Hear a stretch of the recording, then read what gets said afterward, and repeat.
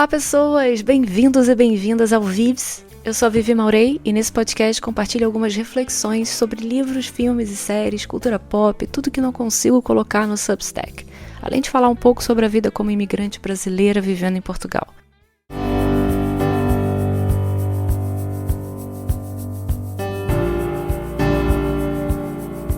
Quando a minha mãe morreu e eu estava a caminho do Brasil, eu lembro de ter pensado nas coisas dela que estariam no apartamento. E eu teria que em algum momento olhar para tudo e decidir o que fazer.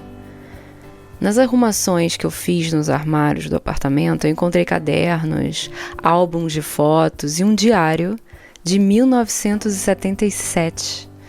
Ela escreveu todos os dias, quase todos os dias, desde 1º de janeiro até meados de março. Ela parou só um pouquinho antes do aniversário dela, de 27 anos na época. Nesse ano, em 1977, ela dava aula na PUC, uma universidade no Rio de Janeiro, estava solteira. No diário ela falou de alguns encontros, uma paixão, ela estava apaixonadinha por um carinha lá que ela estava saindo, e um forte desejo de pertencer. 1977, gente, isso foi 9 anos antes de eu nascer e 6 anos antes do meu irmão. Ela não fazia ideia, nessa época, que ia ter filhos, nem que queria ter filhos. Ela queria algo especial e sentia um vazio porque não era sempre compreendida, como possivelmente todos nós aqui já sentimos em algum momento das nossas vidas, uns mais que outros. E a última entrada do diário dela foi marcada por um tom meio tristonho, de quem não acreditava muito que as coisas iam mudar, mesmo com a chegada do aniversário de 27 anos. Nossa, e quanta coisa mudou depois disso, né? Eu não sei o que levou minha mãe a decidir ter filhos. No fundo, pelo que a gente conversou sobre isso quando eu tive a chance, e a gente conversou mais de uma vez sobre, ela deu a entender que ela sempre quis ser mãe. Era o curso natural da vida para ela, da vida de todos. Era o que ela sabia como regra, rito de passagem, é como ela foi criada e a mãe adotiva dela, antes dela. Eu sei que o primeiro filho ela perdeu, o que a deixou bem depressiva, e logo depois ela teve um irmão, ou então ela teve um irmão e perdeu o segundo filho, algo assim. Anyway, e ter o meu irmão foi a melhor coisa que lhe aconteceu, eu realmente acredito nisso, quando ela me falou. Eu entendo mesmo o motivo, sem nunca ter vivido. Eu já escutei isso de muitas mães, né? Muitas pessoas, muitas amigas que já foram mães já falam isso, que é o melhor momento da minha vida, ter filho, blá blá blá. É um assunto difícil, né, maternidade, quando a pessoa, ainda mais quando a pessoa não tem filhos, ou quando não quer ter filhos, ou pensa que não quer ter, ou não sabe se vai ter a oportunidade ou a possibilidade de gerar ou criar um. É delicado mesmo. Falar sobre não maternidade, seja por escolha, circunstância ou impossibilidade, é meio que abrir espaço para uma conversa cheia de camadas sociais, afetivas, biológicas e até morais. É um tema que provoca muitas coisas nas pessoas, porque desafia expectativas profundas, especialmente em culturas onde a maternidade ainda é vista como destino natural ou até completo de uma mulher. Nem todo mundo gosta de admitir, mas a verdade é que só a mulher de 40 anos que não teve filhos é que sabe na pele o tipo de olhar, de comportamento e de julgamentos recebe dos outros por conta disso. A pressão social e cultural existe sim, e há essa ideia amplamente difundida de que toda mulher deveria querer ser mãe, como se fosse um instinto inevitável ou um papel obrigatório na sociedade, proliferar a espécie. Tem gente que enxerga as mulheres que não querem filhos como egoístas, frias ou até imaturas. Isso acaba gerando nessa mulher ou um silenciamento, uma vergonha, ou até uma necessidade constante de se justificar, como se ela precisasse se desculpar para a sociedade, dizer por que não vai contribuir para, sei lá, o crescimento demográfico da sociedade. As pessoas às vezes julgam e nem sabem se aquilo é uma experiência dolorosa para a mulher. Para quem não pôde ser mãe e queria ter sido, poxa, o tema pode tocar em feridas profundas, sabe? Como luto, frustração, invisibilidade. É difícil não ser mãe e manter uma relevância nesse mundo que te coloca em caixinhas. Tem também as mulheres que não têm certeza, vivem naquele não sei ou mudam de ideia ao longo da vida. Isso é raramente bem recebido. Até porque a impressão que eu tenho é que se espera que uma mulher tenha certeza desde cedo do que quer, ou pelo menos no que diz respeito a ter filhos. Sem contar com a falta de representatividade, livros, filmes, séries, narrativas públicas. Tudo ainda associa realização e afeto feminino à maternidade. Cadê as histórias sobre outros tipos de amor, legado, cuidado, construção de sentido e de propósito? Falar sobre não maternidade é difícil porque é também falar de liberdade, de escolha, de construção de identidade, redefinição de vínculos. É abrir um caminho não muito pavimentado para outras formas de nutrir, criar e transformar. E tudo isso, gente, gera em mulheres como eu, que não tiveram filhos ainda até os 40, uma sensação super desagradável de que algo deveria estar aqui comigo, mas não está. É um vazio que é impossível de se substituir. Mesmo quando a decisão de não ter filhos é consciente ou inevitável, ainda assim essa imposição do mundo faz surgir um tipo de luto simbólico, não por um filho específico, mas pelo que a maternidade ou paternidade, a gente também pode falar de homens aqui que não têm filhos, representa cultural e existencialmente. Existe uma espécie de roteiro invisível para a vida humana, né? Infância, adolescência, estudos, trabalho, casal, filhos, netos, velhice e morte. Não seguir esse roteiro pode gerar uma inquietação do tipo: se eu não vou atravessar essa ponte, então o que vem no lugar disso? E nem sempre a cultura ou a sociedade tem alternativas claras para oferecer. É como se a maturidade plena estivesse atrelada a criar e cuidar de alguém que veio de você. E isso é incutido na gente desde que a gente nasce. Mas será que não ter filhos faz com que a mulher não tenha um propósito de vida tão válido quanto a que decide ter? Será que não é mais uma falta de rituais? A maternidade, bem ou mal, marca um rito de passagem. Ela cria um antes e um depois, é um espelho do tempo em que a pessoa consegue ver o que mudou. Para quem não passa por isso, o desafio talvez esteja em construir os próprios marcos de transformação. E isso é óbvio que exige um esforço criativo, emocional e muitas vezes simbólico, né? Não é tão palatável, tão alcançável, fisicamente falando, né? Obviamente falando. E veja bem, eu não acredito que algo possa substituir a maternidade, tá? Não existe isso.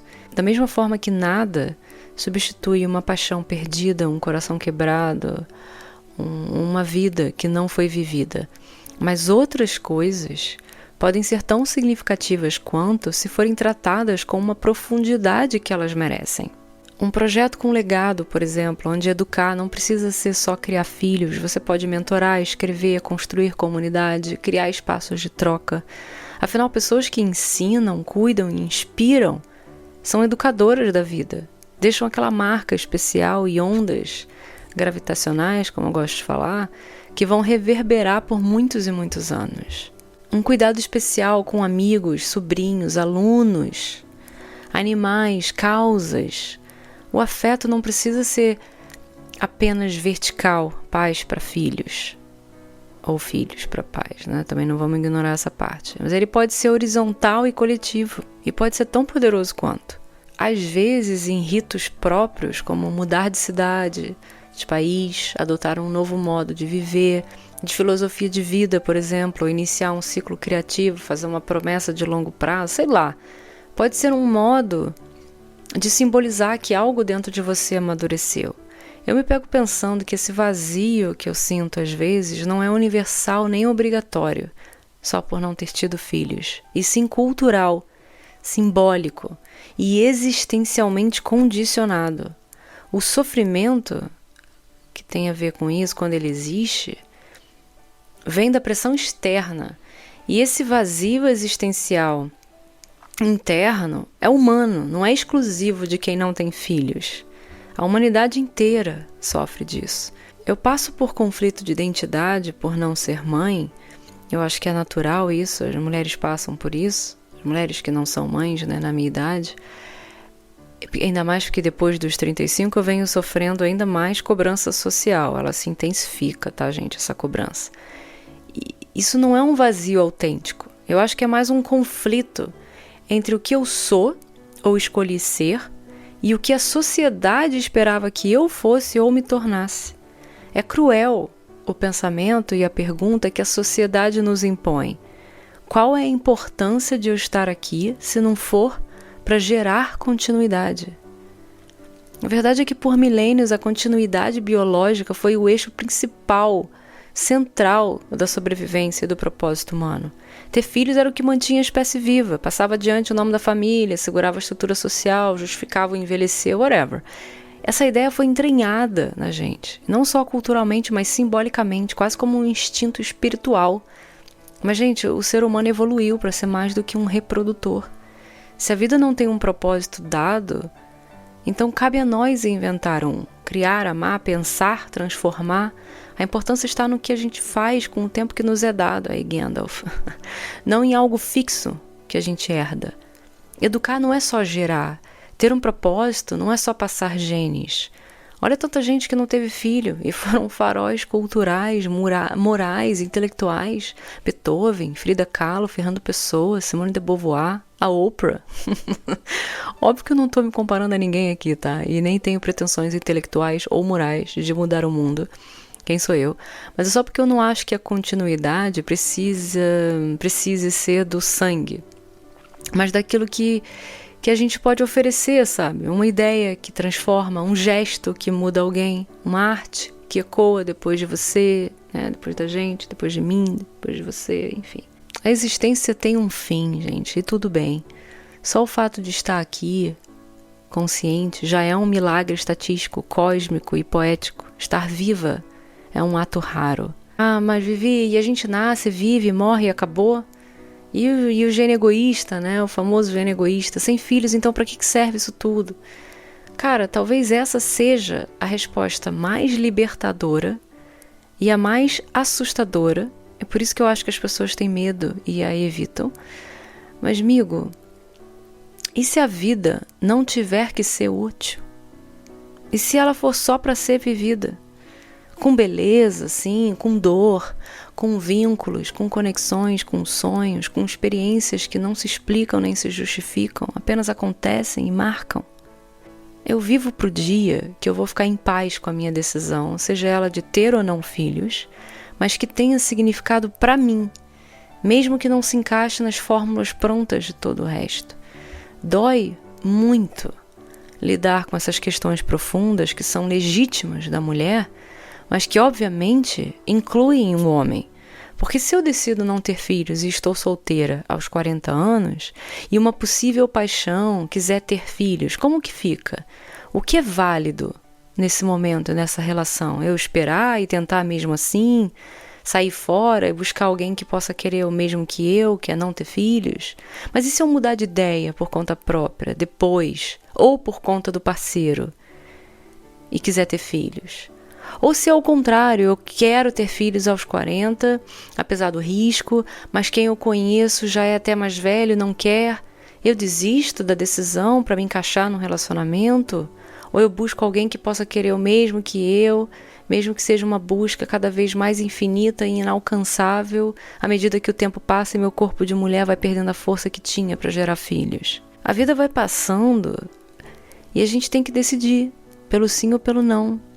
Não porque o tempo urge apenas, e ele é a medida mais cara e consequente que existe, ainda mais para a mulher nesse caso, mas porque é ainda mais urgente a mulher encontrar paz com a decisão tomada. Não por pressão externa, nem por conveniências da sociedade, mas para de uma vez por todas saber que não é esse o único caminho possível para um propósito maior de transformação e maturidade. Ou pelo menos não deveria ser. Senão haja infelicidade, né, em todas as mulheres por aí que não foram mães. Mas de verdade, independente da minha escolha, hoje ou amanhã, se eu mudar de ideia, se eu não quiser ou quiser, tanto faz. A única coisa que eu queria mesmo era não passar por esse processo me sentindo tão invisível.